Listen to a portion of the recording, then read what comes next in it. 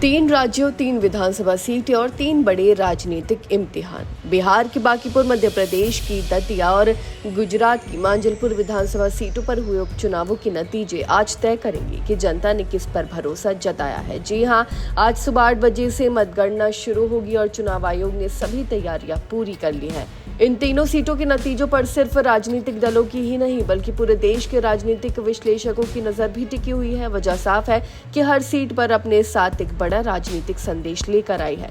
सबसे पहले बात बिहार की बांकीपुर विधानसभा सीट की करते हैं। यहाँ मुकाबला सिर्फ दो उम्मीदवारों के बीच नहीं बल्कि राजनीतिक भविष्य की भी परीक्षा माना जा रहा है। जी हाँ, भाजपा नेता नितिन नवीन के राज्यसभा जाने और विधायक पद छोड़ने के बाद ये सीट खाली हुई थी। भाजपा ने कायस्थ समाज से आने वाले नीरज कुमार सिन्हा को मैदान में उतारा है, जबकि जनसुराज पार्टी के संस्थापक प्रशांत किशोर खुद चुनाव लड़ रहे हैं। वहीं ये चुनाव प्रशांत किशोर के लिए प्रतिष्ठा की लड़ाई बन गया है। लंबे समय तक चुनावी रणनीतिकार के रूप में पहचान बनाने के बाद वो अब पहली बार अपनी राजनीतिक ताकत का सीधा इम्तिहान दे रहे हैं। वहीं बांकीपुर में भाजपा लगातार जीत दर्ज कर रही है, लेकिन इस बार मुकाबले को बेहद कड़ा माना जा रहा है। वहीं राजनीतिक जानकारों का मानना है कि प्रशांत किशोर ने भाजपा के पारंपरिक वोट बैंक के साथ साथ राजद और एनडीए से नाराज मतदाताओं को भी साधने की कोशिश की है। वहीं हालांकि इस सीट पर सिर्फ 34.30% मतदान हुआ, जो तीनों सीटों में सबसे कम है। वहीं अब कम मतदान किसके पक्ष में जाएगा, इसका जवाब मतगणना के साथ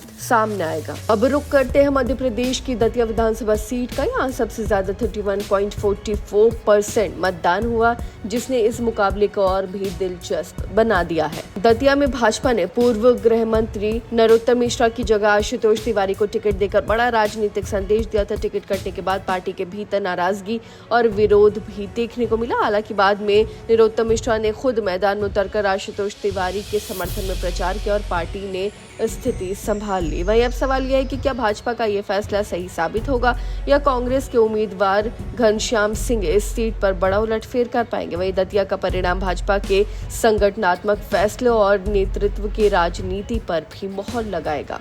अब बात गुजरात की मांजलपुर विधानसभा सीट की करते हैं। भाजपा विधायक योगेश भाई नारायणदास पटेल के निधन के बाद ये सीट खाली हुई थी। यहाँ 37.50% मतदान दर्ज किया गया। वहीं मांजलपुर में भाजपा ने सतीश पटेल को उम्मीदवार बनाया, जबकि कांग्रेस ने भीखाभाई रबारी पर भरोसा जताया। खास बात यह है कि आम आदमी पार्टी ने इस चुनाव में अपना उम्मीदवार नहीं उतारा, जिससे मुकाबला सीधे भाजपा और कांग्रेस के बीच सिमट गया।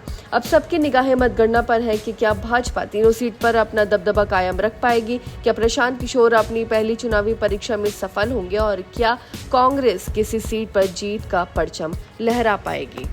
इन सभी सवालों के जवाब आज मतगणना के साथ सामने आएंगे, क्योंकि ये सिर्फ 3 सीटों का चुनाव नहीं बल्कि आने वाली राजनीति दिशा का भी बड़ा संकेत माना जा रहा है। आपकी इस बारे में क्या राय है, हमें कमेंट करके जरूर बताएं। फिलहाल इस खबर में बस इतना ही और ऐसी ही तमाम खबरों को देखने के लिए देखते रहिए भारत एक्सप्रेस।